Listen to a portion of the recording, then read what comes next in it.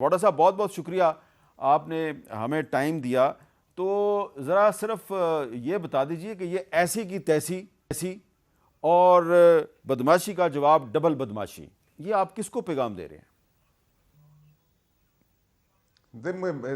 بہت شکریہ میر صاحب. میں کوئی دو رائے ڈبل میننگ تو بات کرتا نہیں. تحریک انصاف سے مخاطب ہوں, تحریک انصاف سے بات کر رہا ہوں, اور بڑا کیٹیگوریکلی اتھارٹی سے بڑی کلیئر, بلنٹ, بولڈ, اسٹریٹ بات کر رہا ہوں. مجھے منس کر کے بات کرنی آتی نہیں ہے.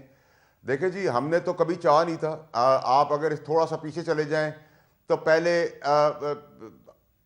فوج کے اوپر اٹیک, اس سے پہلے باجوہ صاحب جمہوریت سب سے اچھے جمہوری بادشاہ, ایون فوج آ کے آپ کی گھر کی آوازیں ٹیپ کر سکتی ہے, کمرے کی ویڈیو بنا سکتی ہے. یہ سب بیانیہ عمران خان صاحب کا تھا, میرا نہیں تھا. پہلے تو عمران خان صاحب تسبیح ISPR سے بھی آگے بڑھ کے وہ ان کا سبق پڑھاتے تھے.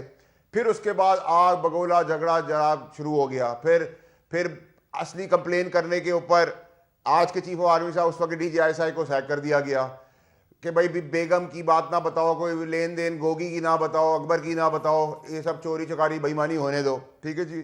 اس کے بعد ارشد شریف کا قتل ہو جاتا ہے, وہاں سے معاملہ شروع ہو جاتا ہے, میری پریس کانفرنس آ جاتی ہے, قتل و غارت شروع ہوتا ہے, اپنے اوپر انہی کے لوگ گولیاں چلا دیتے ہیں. اس کے بعد جیل چلے جاتے ہیں, جیل کا بیگم صاحبہ انڈرسٹینڈنگ سے باہر آ جاتی ہیں, پھر وہ انڈرسٹینڈنگ کے خلاف بات کرتی ہیں, پھر گنڈا پور آتے ہیں, جاتے ہیں, گھومتے ہیں, چائے پیتے ہیں, باہر نکل آتے ہیں. پھر فائنلی ان کے کیسز شروع ہوتے ہیں. کیسز کے اندر 9 مئی کے کیسز بن جاتے ہیں. 9 مئی کے کیسز کے سارے ثبوت جو ہے وہ PTI والے آ کے دیتے ہیں, وائس نوٹ, واٹس ایپ, سب چیزیں ہو جاتی ہیں. اس کے بعد عمران خان صاحب کو مزید دھسنے کے لیے اندر پھینک دیتے ہیں, اور خوب جتنے وکیل ہیں وہ کلائنٹ اندر ہے, وکیل سارے اقتدار میں ہیں. جتنی پارٹی کے بیان بازی کرنے والے کمپرومائز PTI کے لوگ ہیں وہ سب مزے لوٹ رہے ہیں, وہ اندر ہے. تو عمران خان کو اندر کر کے وہاں تک تو لے آئیں جہاں سے واپسی نہیں ہے. اب کیا ہوا کہ SIFC کے پوسٹر لگا دیے, چیف کے پوسٹر لگا دیے, گالم گلوچ بریگیڈ جو ہے وہ لگی ہوئی ہے, ماں بہن ہو رہی ہے, ملک کی کوئی فکر نہیں. چلے جی, برداشت ہوتا رہا. یہ اگر ٹالرنس نون لیگ کے ٹائم پہ, پیپلز پارٹی کے ٹائم پہ ٹالرنس نہ دی جاتی تو یہ 10 گنا 20 گنا آگے آ کے PTI کام نہیں کرتی. اب کیا ہوا جی کہ اب جب جیل میں چلے گئے تو انہوں نے کہا جی کسی سے پرابلم نہیں ہے, نہ نون سے, نہ کاف سے, نہ پیپلز پارٹی, نہ مجھ سے, نہ آپ سے, صرف عاصم منیر سے پائے گا. اچھا, عاصم منیر صاحب کی لڑائی کے اندر باقی سب کو ایڈوانٹیج ہے کہ عاصم منیر صاحب ورسز عمران خان. اچھا, کیونکہ عاصم منیر صاحب جواب نہیں دے سکتے, فوج کا مزاج نہیں جواب دینے کا, تو چلو جی اٹیک کرتے رہو, بڑھتے رہو, گالیاں کرتے رہو.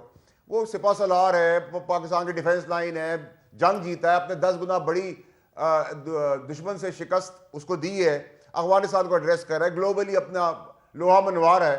آپ گالیاں دی جا رہے ہیں, آپ تماشا ختم ہی نہیں کر رہے. پھر آپ نے کہا ملاقات. اب میر صاحب ملاقات کا احوال سن رہے ہیں. ملاقات کے لیے ہمارے جیسے لوگوں نے 4 دن محنت کی. مالک صاحب کے شو پہ کہا میں نے کہ آپ KPK کے CM صاحب آپ جو ہے نہ آئیں اڈیالہ, اور آپ اسلام آباد نہ آئیں تو آپ کے لیے بہتری ہو جائے گی, ملاقات ہو جائے گی. وہ نہیں آئے, ملاقات ہو گئی. ملاقات ہوئی, پھر وہی گالم گلوچ, پھر وہی اسپریڈ, پھر وہی تماشا.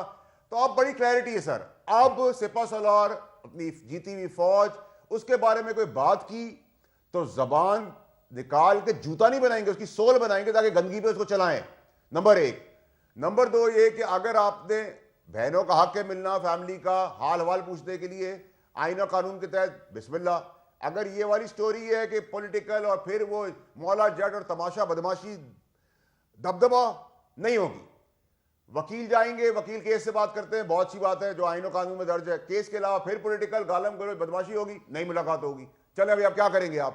اور مزید اگر آپ نے ہڑا ہڑی چیف منسٹر سے مخاطب ہوں, جس کو میران شاہ پہ ہونا چاہیے تھا اپنے شہید کے اوپر, وہ کاؤنسلیٹ سے ملا تھا امریکہ کے, کیونکہ پہلے تو امریکہ نامنظور تھا, امریکہ نے سازش کی, امریکہ نے ہمیں نکالا. وہ بیانیہ چینج ہو کے ایک افسر, اس کے ساتھ 2 بندے شہید ہو گئے, اس کی فکر نہیں ہے. تو پھر امریکہ کی غلامی کا ڈرامہ, کون سا مانو سچ, وہ سچ تھا یا آج سچ ہے. اب میر صاحب بڑی کلیئرٹی ہے CM کے لیے بھی, بدماشی کرنی ہے آئے, اب کل آئے, پرسوں آئے, چیلنج ہے تو آئے, آئے آئے آئے, آپ کو بتائیں گے. نہ فرنٹ فٹ پہ بات کریں, نہ فرنٹ رکھیں گے, نہ فٹ چھوڑیں گے. آئیں آپ اور اگر آپ کو مزید سیاست میں گند کرنی ہے تو پھر KPK کے اندر تیار ہو جائیں گورنر راج کے لیے. گورنر راج کے بعد ڈیولپمنٹ ہوگی دبا کے, آپریشن ہوگا دبا کے. جو وہاں 9 مئی کے بھاگے ہوئے بھگوڑے ہیں جو پیسہ بنا رہے KPK کے اندر, ان کو گھسیٹا جائے گا.